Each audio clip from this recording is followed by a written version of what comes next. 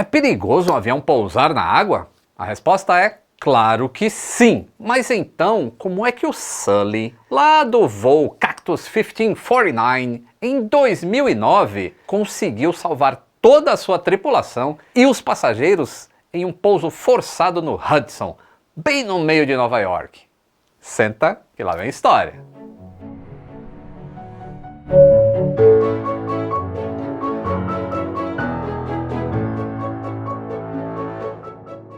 Saudações aeronáuticas, tudo bem com vocês? Tudo bem. Antes da gente detalhar aqui o que ficou conhecido como o milagre do Hudson, já deixa eu te acalmar, lembrando que pousos assim são raríssimos e mesmo assim os comissários são treinados para orientar os passageiros em situações como essa. E por isso, o acidente envolvendo o Airbus A320 do famoso voo 1549 da US Airways ficou tão conhecido e foi um dos mais bem documentados da história aeronáutica. Mas como foi que tudo aconteceu? Antes de entrar na nossa história, eu quero dar uma dica de ouro para vocês. Eu sempre falo muito sobre o quanto a aviação é segura, né? Então deixa eu falar então da segurança de usar uma VPN Surfshark nas suas conexões com a internet. VPN é uma rede privada, é como se fosse um túnel protegido que liga o seu device até um servidor. E tudo dentro desse túnel é criptografado, então a sua segurança aumenta. Quando eu preciso acessar determinados arquivos confidenciais do Aviões e Músicas, eu sempre estou conectado usando a Surfshark, que já recebeu diversos prêmios como VPN mais segura do mundo. Mas quais as vantagens de usar uma VPN? Além de ter uma conexão mais segura, eu consigo assistir conteúdo da Netflix que não está disponível no Brasil, também conectando como se eu estivesse lá nos Estados Unidos, por exemplo. Além disso, é excelente para pesquisar preços de passagens e de hospedagem, porque você muda o seu local de conexão e pode ver o preço das coisas como se fosse morador de outro país. E os preços são diferentes, tá? Assine o Surfshark e proteja os seus dados. Eles dão garantia de 30 dias com a devolução do dinheiro caso você não fique satisfeito. Mas o melhor é que se você usar o meu cupom AVIões, que está no link inclusive aí na descrição, ganha um desconto de 83% e mais 3 meses grátis. Não perde tempo, pessoal. Corre no link e já garanta a sua assinatura da Surfshark.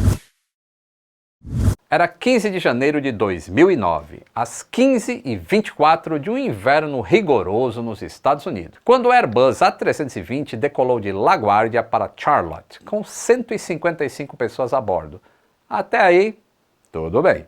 Mas poucos segundos depois, a aeronave atingiu uma revoada de pássaros, gansos canadenses gigantes, e perdeu a potência dos dois motores. Normalmente, a colisão com pássaros é pior para as aves do que para os aviões. E é meio incomum acontecer acidentes graves, até porque os engenheiros já produzem as aeronaves prevendo esse problema e fazem testes para que os motores possam suportar o impacto das aves. Inclusive aqui no episódio 910 a gente fala um pouco sobre esse tema aí. A probabilidade de aviões comerciais se chocarem com pássaros acontece mais nas decolagens e nas aterrissagens, porque na maior parte do tempo os aviões comerciais voam lá em cima, entre 26 a 40 mil pés de altitude. E é mais raro encontrar aves voando nessa altura, né? Senão a ave vai ter que levar um negocinho de oxigênio para respirar. É abaixo dos 5 mil pés ou 1.500 metros que elas são encontradas mais facilmente. Mas dessa vez foi diferente e os dois motores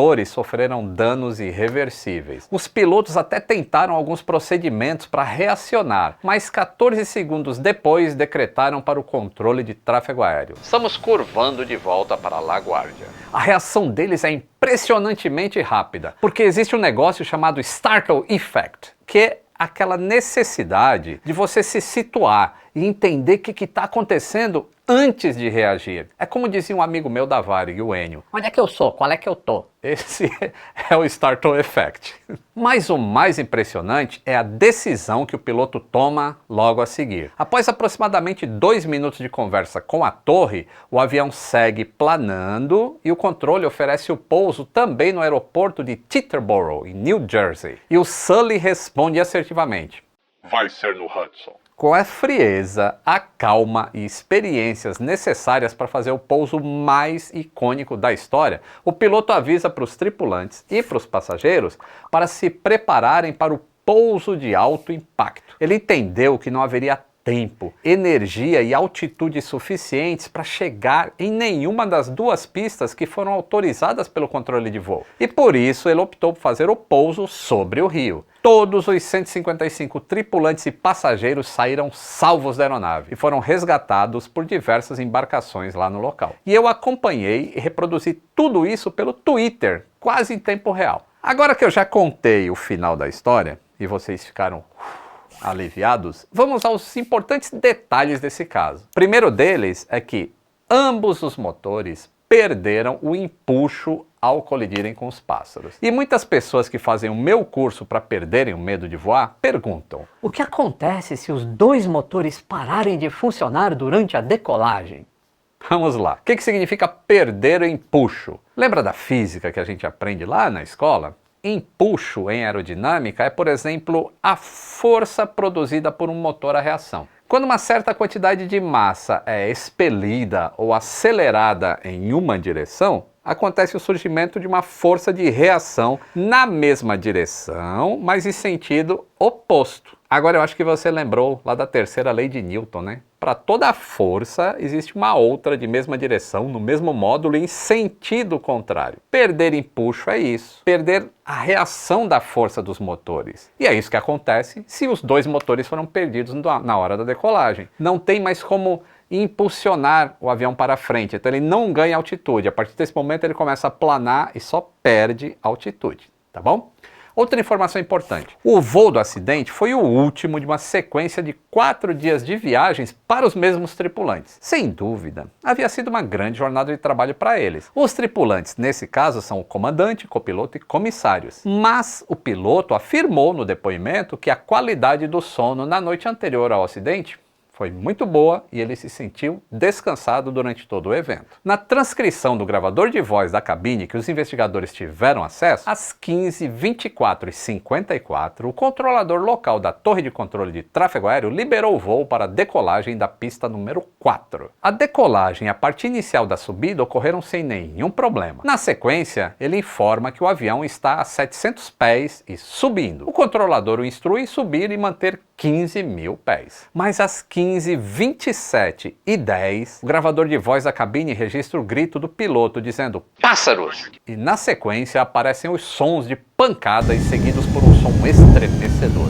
Para os investigadores, o encontro com as aves ocorreu quando o avião estava a uma altitude de 2.818 pés acima do nível do solo. 2.818 pés equivalem a aproximadamente 859 metros. Para você ter uma ideia, a Torre Eiffel, lá em Paris, tem 300 metros de altura. Então o avião estaria numa altura equivalente a 3 torres parisienses. Se a gente pegar uma referência mais brasileira, é como se a gente estivesse um pouco acima do Cristo Redentor, lá no Corcovado. E a uma distância da pista de aproximadamente 4,5 milhas, daí quase 9 quilômetros. É 8.800, alguma coisa assim. Para onde ele deveria pousar. Então, apenas 14 segundos depois desses baques dos pássaros, o comandante afirma que os motores estão desacelerando rapidamente e sem comando. Nesse momento acontece um novo estrondo. O piloto então informa que vai ligar a unidade auxiliar de energia, que é a APU, e assume o controle da aeronave, porque quem estava pilotando até aquele momento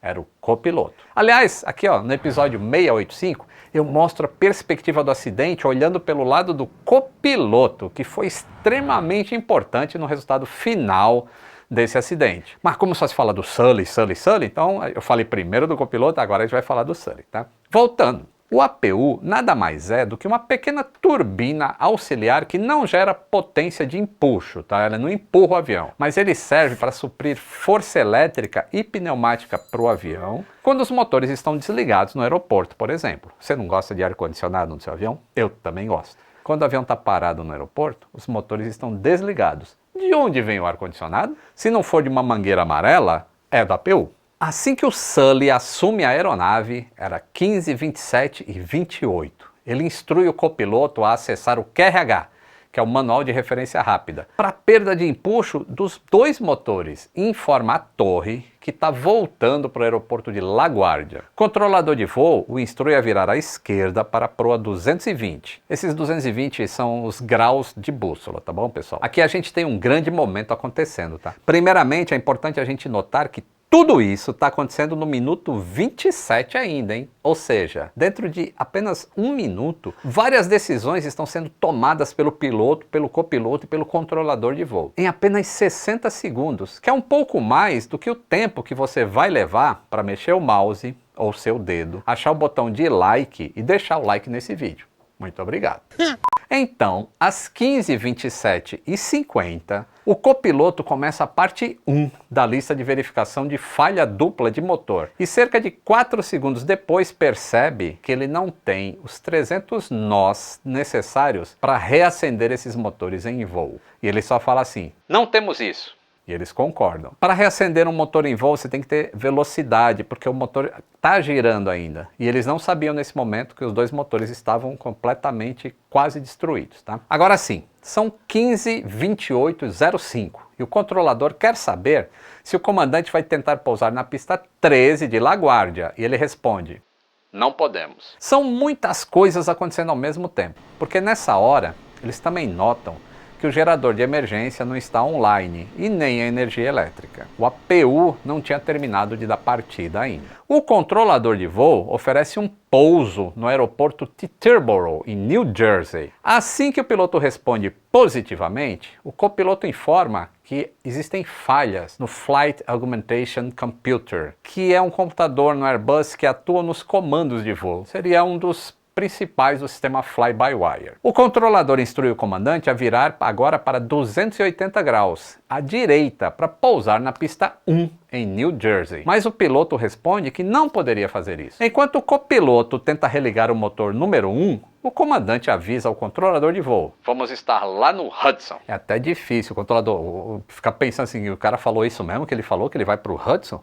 E aí nos relatórios que saíram depois do acidente, o piloto disse que a possibilidade de pousar no Teterboro não era viável porque eles estavam muito longe, estavam muito baixos e muito lentos, e que a única outra opção, que era longa, suave e larga o suficiente, era realmente o rio Hudson. O copiloto concordou, dizendo que de fato seria muito distante para a situação que eles estavam ali no momento chegar até uma pista de aeroporto. Às 15h29 eles abrem os flaps e começam a descer rumo ao rio Hudson. De onde vem a força para atuar esses flaps? A força elétrica, que é provida pela APU, que foi ligada pelo comandante, lembra? E que mantém as bombas hidráulicas elétricas energizadas. Como a gente falou no começo do vídeo, é muito difícil pousar um avião sobre a água. Mesmo assim, o Sully fez isso com maestria. E esse sucesso só foi possível graças a muita habilidade e foco no treinamento. E também ao sistema de proteção de voo do Airbus A320. Treinamento e preparação são fundamentais. Inclusive, ele já desenvolvia um trabalho de segurança aérea em sua carreira, o Sully, e possivelmente esse fator também foi decisivo. Além disso, ele tinha sido piloto de caça da Força Aérea dos Estados Unidos e lá chegou a desempenhar funções de investigação de acidentes. Ele foi descrito por colegas de trabalho assim como uma pessoa calma e super profissional, igual o Tom Hanks imita ele no filme. Tá? Na época ele tinha 57 anos, tinha sido contratado pela Pacific Southwest Airlines em 1980. Antes disso, na Força Aérea, ele tinha voado em aviões como o McDonnell Douglas F-4 Phantom, lindão, né? Nos registros da US Airways foram contabilizados mais de 19 mil horas de voo, incluindo quase 9 mil como piloto em comando, e dessas 9 mil, 4.700 só no A320. Que era este modelo que sofreu acidente. É muito legal ver a sintonia, a sincronia de ações entre o piloto e o copiloto em todos os registros. Eles demonstram uma confiança total, não só no trabalho um do outro, como também no equipamento que eles estão voando. É conhecimento, estudo, e treinamento e segurança. Além da habilidade técnica, o Sully demonstrou excelentes habilidades para o gerenciamento de cabine, que é o tal Crew Resource Management, que eu tanto falo por aqui, que mantém uma tripulação coesa e atenta para o que precisa ser feito na hora de uma crise. Embora o copiloto Jeffrey Skiles não tenha se tornado tornado tão popular quanto o Comandante Sully, ele foi fundamental. Simplesmente assistam o episódio 685 e fiquem de boca aberta. Mas as mudanças mais significativas depois desse acidente aconteceram na vida do Comandante Sully. Primeiramente, ele enfrentou uma investigação criteriosa, que é feita pela NTSB, que é National Transportation Safety Board, que é o órgão do governo dos Estados Unidos encarregado das investigações de acidentes aéreos. É o CENIPA deles lá. A organização questionava a decisão do comandante de pousar no Rio ao invés de tentar voltar para o aeroporto. Inclusive no filme Sully, o herói do rio Hudson, estrelado por Tom Hanks, lançado em 2016, 7 anos depois do histórico desse pouso, esse questionamento é mostrado. Aliás, não embarquem junto com o Tom Hanks, tá? Quando ele tá no avião que não cai no Hudson, ele tá no outro avião da FedEx que cai no mar, ele vira náufrago, ou ele chega no aeroporto, não consegue sair, fica para sempre preso lá, ou ele vai para um navio e o navio é atacado por piratas. Então, melhor evitar transportes com Tom Hanks. Can we get serious now? Esse questionamento do NTSB no filme é um pouquinho romantizado, mas eu acho que ele até precisava ser para dar sentido naquela história lá, que ficaria meio diferente de mostrar como foi na realidade para o público. Eu achei que ficou legal. Depois disso, Sullenberger e sua tripulação receberam aclamação internacional por suas ações. Ele também foi reconhecido como o herói americano. Inclusive, o ex-presidente dos Estados Unidos, o George H.W. Bush, batizou seu cão labrador como Sully, em homenagem ao piloto. Não sei se ele gostou. No ano passado, o presidente Biden nomeou o Capitão Sully para o Conselho Internacional de Aviação, mas ele declinou do cargo. Depois da finalização das investigações, a conclusão foi de que não existia evidência de qualquer falha estrutural pré-existente no avião e também de que o avião atendia todos os regulamentos de certificação. Isso quer dizer, em resumo assim, o avião estava bonzão. A conclusão foi de que cada motor tem ingerido pelo menos 2 pássaros grandes, 2 gansos canadenses, e 8 libras cada, isso dá mais ou menos 3,5 kg, quase um urubuzão assim. E como isso foi ingerido pelo núcleo do motor e não pelo fan somente, isso causou danos mecânicos, que causou aquela perda de empuxo que eu falei lá no início. Um ponto importante apresentado no relatório foi em relação ao sistema de controle eletrônico que não informou sobre o status operacional dos motores. Ou seja, na tela deles, com mensagens de falha, não aparecia que os 2 motores estavam em falha. Se eles tivessem essas indicações, então eles não teriam perdido tanto tempo tentando reiniciar os motores. Agora vamos para um outro detalhe curioso nas conclusões da investigação. Lembram que no começo do vídeo eu contei que naquele minuto precioso em que eles tomavam várias decisões importantes, uma delas foi de que o comandante pediu para o copiloto pegar o manual de referência rápida? Então, esse é um procedimento de segurança para quando as situações que não estão previstas e que não são indicadas nos painéis são necessárias. Só que essa lista de verificação de falha dupla do motor da Airbus foi originalmente desenvolvida com base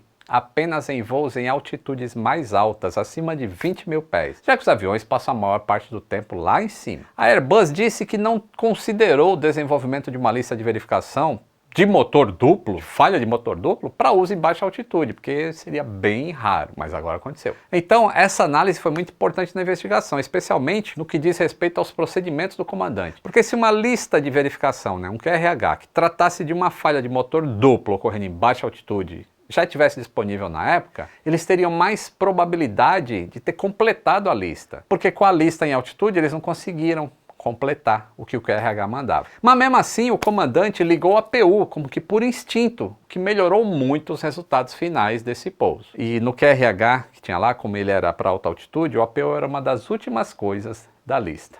E os pássaros? Bem, não existem mudanças tecnológicas significativas em relação ao problema com os pássaros, mas pesquisas importantes estão acontecendo nesse sentido, tá? Além de padrões novos empregados nos aeroportos e até nos aviões. E a aquisição e uso desses sistemas em alguns aeroportos também se tornou mais eficiente. Gostaram de conhecer mais detalhes sobre esse famoso pouso no rio Hudson no meio de Manhattan? Deixa aí nos comentários. E se quiser apoiar o nosso conteúdo, pode clicar aí embaixo no Valeu Demais ou se tornar membro do canal. Além do conteúdo exclusivo, com cenas de bastidores e spoilers dos vídeos de domingo, você vai ter o seu nome aqui para sempre, do lado desses amigos aqui. E mais 5% de desconto na loja do Aviões e Música, já é muito mais do que você pagaria de mensalidade. Um grande abraço e até o próximo voo!